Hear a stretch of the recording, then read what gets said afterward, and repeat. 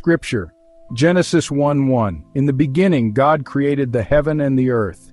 Calvin's commentary.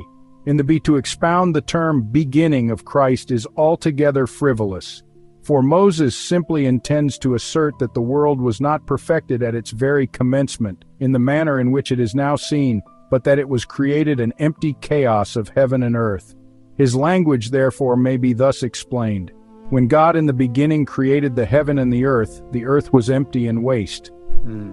35. He moreover teaches by the word created that what before did not exist was now made, for he has not used the term yatsar, which signifies to frame or forms, but bara, which signifies to create. 36. Therefore his meaning is that the world was made out of nothing.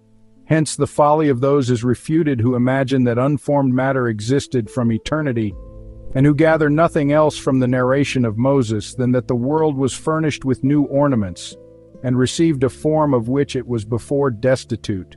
This indeed was formerly a common fable among heathens. 37.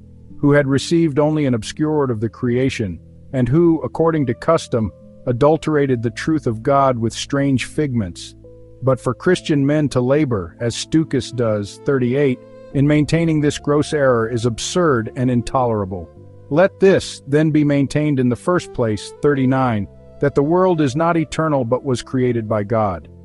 There is no doubt that Moses gives the name of heaven and earth to that confused mass which he, shortly afterwards, Genesis 1:2, denominates waters. The reason of which is that this matter was to be the seed of the whole world. Besides, this is the generally recognized division of the world. 40. God. Moses has it Elohim, a noun of the plural number, whence the inference is drawn that the three persons of the Godhead are here noted.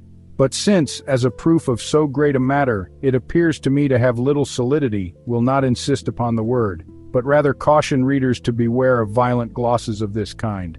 41.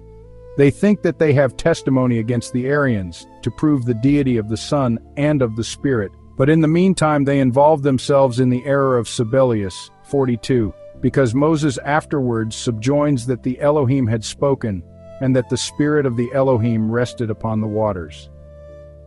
If we suppose three persons to be here denoted, there will be no distinction between them. For it will follow, both that the Son is begotten by himself, and that the Spirit is not of the Father but of himself. For me it is sufficient that the plural number expresses those powers which God exercised in creating the world. Moreover, I acknowledge that the Scripture, although it recites many powers of the Godhead, yet always recalls us to the Father and His Word and Spirit, as we shall shortly see. But those absurdities to which I have alluded forbid us with subtlety to distort what Moses simply declares concerning God Himself by applying it to the separate persons of the Godhead.